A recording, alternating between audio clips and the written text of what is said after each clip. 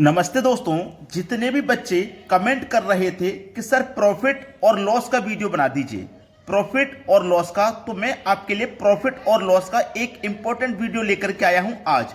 अगर ये वीडियो आपको पसंद आ जाए तो फिर से कमेंट करना कि सर और भी जो क्वेश्चन इसमें बनते हैं करा दीजिए, मैं जरूर कराऊंगा। तो टोटल 10 क्वेश्चन है इसमें और ये वीडियो आपका बहुत मजेदार होने वाला है। पहला सवाल, एक वस्तु को 255 रुपए में बेचने पर 15% की हानि होती है। जब वस्तु 357 रुपए में बेची जाती है तो लेन देन का निवल परिणाम ज्ञात करिए। देखिएगा, यहां पे एक वस्तु को 255 रुपए में बेच रहे हैं तो हमें 15% की हानि हो रही है। तो इसका मतलब कॉस्ट प्राइस हमारे पास नहीं है, हमको कॉस्ट प्राइस निकालना है। हमने वस्तु को बेचा 255 रुपए में बेचा, ठीक है। तो 200 जब 55 में बेचेंगे तो 15% की हानि हुई। तो 15% की हानि का मतलब है 100 पे 15 की हानि। इसका मतलब हमने उसको बेचा 85 में। 255 रुपए में बेचा, प्रतिशत में बेचा 85 में। तो 255 में 85 से डिवाइड कर देंगे तो 1% का मान आ जाएगा। लेकिन हमको तो चाहिए 100%, क्योंकि कॉस्ट प्राइस 100% होता है। तो 100% का मान निकालने के लिए 100 से मल्टीप्लाई कर दीजिए, आंसर आ जाएगा। तो 85 से 255 3 बार में कटेगा, 3 का गुना 100 से कर दीजिए, ये कितना हो गया? 300 हो गया। अभी आंसर नहीं आया, अभी नहीं आया आंसर। अब उसने बोला है कि 357 में अगर रुपए को बेचें, अगर 357 रुपए में बेचें उसी वस्तु को, हमारी वो वस्तु कॉस्ट प्राइस कितना है? 300, यानी कि वो वस्तु हमारी 300 की है। कितने रुपए की है? 300 रुपए की है हमारी वस्तु। और अगर हम इसे 357 में बेचेंगे तो कितने का प्रॉफिट होगा भाई? 57 रुपए का प्रॉफिट हो जाएगा। कितने पर? हमेशा कॉस्ट प्राइस पे निकलेगा। कॉस्ट प्राइस 300 रुपए है। अब हमें क्या करना है? 100% का मान बताना है, ठीक है। तो 100% का मान बताने के लिए 100 से मल्टीप्लाई हो जाएगा। 2 जीरो से ये वाले 2 जीरो कट जाएंगे। 3 से 57 को कटाओ तो 19 बार में कटेगा, मतलब 19% का लाभ हो जाएगा। 19% का लाभ, बी ऑप्शन सही जवाब। प्रश्न सभी को क्लियर हो गया। अब देखेंगे अगला सवाल। अगला सवाल, एक शर्ट का विक्रय मूल्य 440 रुपए से घटाकर 410 रुपए करने पर हानि में 4% की वृद्धि होती है। शर्ट का क्रय मूल्य क्या करो? देखो, शर्ट का जो विक्रय मूल्य था वो था 440, लेकिन क्या किया हमने? उसको घटा दिया, 410 कर दिया। तो कितना कम हो गया भाई? ये कम हो गया 30 रुपए। रुपए में 30 रुपए की कमी हो गई, लेकिन हानि में 4% की वृद्धि हो गई। अब आप जानते हैं कि जब हानि का प्रतिशत बढ़ेगा तो रुपए का कम होगा। भाई देखो, आप जानते हैं कोई चीज पहले 30 रुपए के घाटे से हम बेच रहे थे, अगर हम उसे 50 रुपए के घाटे से बेचेंगे तो रेट परसेंट बढ़ जाएगा।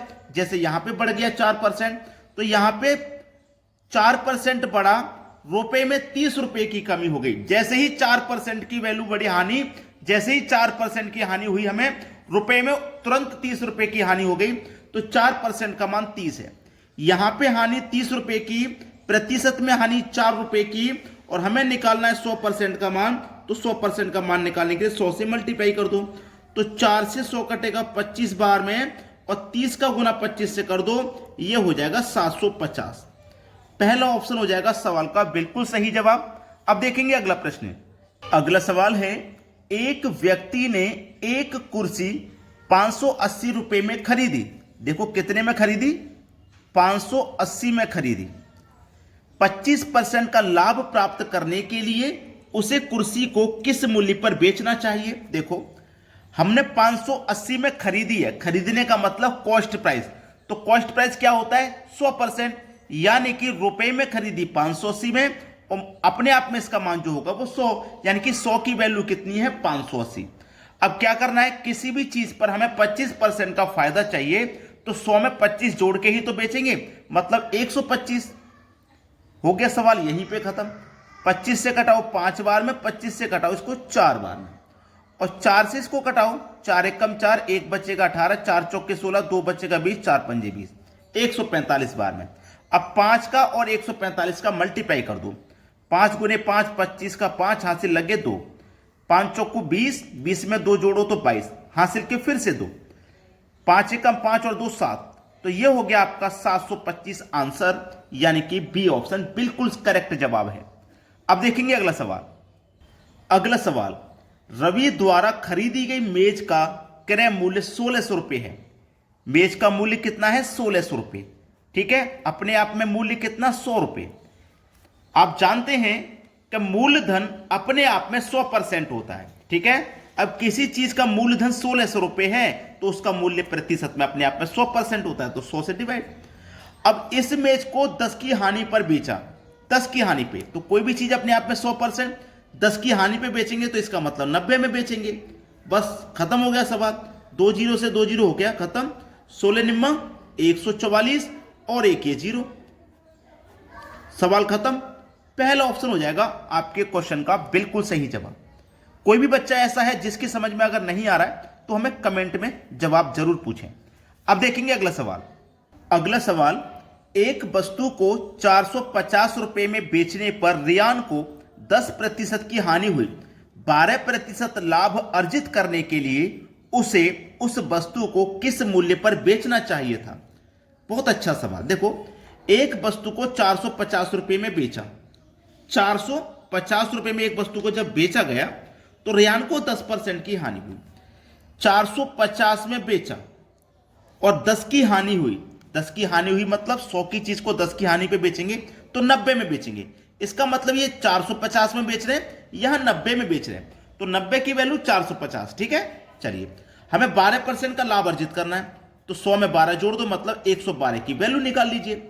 जीरो से गया जीरो, 9 पंजे 45, 100 का गुना 5 में करो 500, 12 पंजे 60, मतलब 560। 5 का गुना 112 से करेंगे तो 560 आंसर आ जाएगा, जो कि हमारे सी ऑप्शन में दिया गया है। यह प्रश्न का बिल्कुल सही जवाब है। अब देखेंगे अगला सवाल। अगला सवाल है, रवि ने एक कुर्सी 40% की हानि पर बेची। कुर्सी का विक्रय मूल्य 900 रुपये है। कितना है विक्रय मूल्य? 900 रुपये, मतलब 900 में बेच रहे हैं।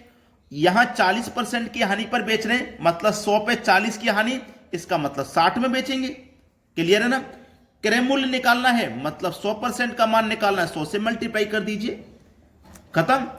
देखो, जीरो से गया जीरो, 6 से कटाऊंगा मैं 90 को, तो 15 बार में कटेगा, और 15 का गुना 100 से कर दो तो ये हो जाएगा 1500। भाई ये तो बहुत आसान था, 1500। पहला ऑप्शन आपके सवाल का हुआ बिल्कुल सही जवाब। अब देखेंगे अगला सवाल। अगला सवाल है, कविता ड्रेस के लिए 800 रुपये मूल्य वाला कपड़ा खरीदती है, कढ़ाई और सिलाई पर 350 रुपये खर्च करती है। यदि वह ड्रेस के 20% लाभ पर बेचती है तो विक्रय मूल्य ज्ञात करो। अच्छा सवाल है। देखो, 800 रुपये की ड्रेस खरीदी, 800 रुपये वाला कपड़ा खरीदी, 800 रुपये उसने खर्च कर दिए, फिर उसने 350 रुपये सिलाई और कढ़ाई पे भी खर्च किए। ठीक है, 800 से खरीदने में खर्च किए, 350 रुपये यहां खर्च कर दिए सिलाई और कढ़ाई में, तो 800 350 1150, उसने टोटल पड़ी वो उसको 1150 की। ठीक है, इतने की खरीद है उसकी। जो खरीद होती है वो अपने आप में 100 होती है, मतलब ये 100 का मान है। 20% का फायदा चाहिए तो 120 से गुना कर दो। ठीक है ना? देखो, अब गया हमारा 2 जीरो से 2 जीरो, 115 का गुना 12 से करो, 12 पंजे 60 का जीरो, हासिल लगे 6, 12 कम 12, हासिल के 6 18, हासिल का 1, 12 कम 12 और हासिल का 1 13, तो 1380 हमारे सवाल का हो जाएगा सही जवाब। 1380 यानी कि डी ऑप्शन। अब देखते हैं अगला सवाल। अगला सवाल है, किसी वस्तु को 1500 रुपये में बेचने पर प्राप्त लाभ उस वस्तु को 1350 रुपये में बेचने पर प्राप्त लाभ का 2 गुना है। वस्तु का क्रय मूल्य ज्ञात करो। अब इस सवाल को थोड़ा ध्यान से समझ लेना, क्योंकि एग्जाम में आ गया ना तो आप कर नहीं पाओगे। ठीक है, देखो 1500 रुपये में बेच रहे हैं, जो हमारा सेलिंग प्राइस है ना पहले वाला वो 1500 है, बाद वाला जो सेलिंग प्राइस है वो कितना है भाई? 1350 है। अब उसने बोला है 1500 रुपये में बेचने पर प्राप्त लाभ उस वस्तु को 1350 में बेचने पर प्राप्त लाभ का 2 गुना है। ये जो लाभ है इस लाभ का 2 गुना है, यही तो है। चलिए, अब यहां पे जो प्रॉफिट है, मान लिया हमने x, यहां पे जो प्रॉफिट है वो x है, तो इसका ये वाला प्रॉफिट कितना? 2 गुना है, तो यहां पे जो प्रॉफिट है वो 2 गुना है, मतलब 2x है।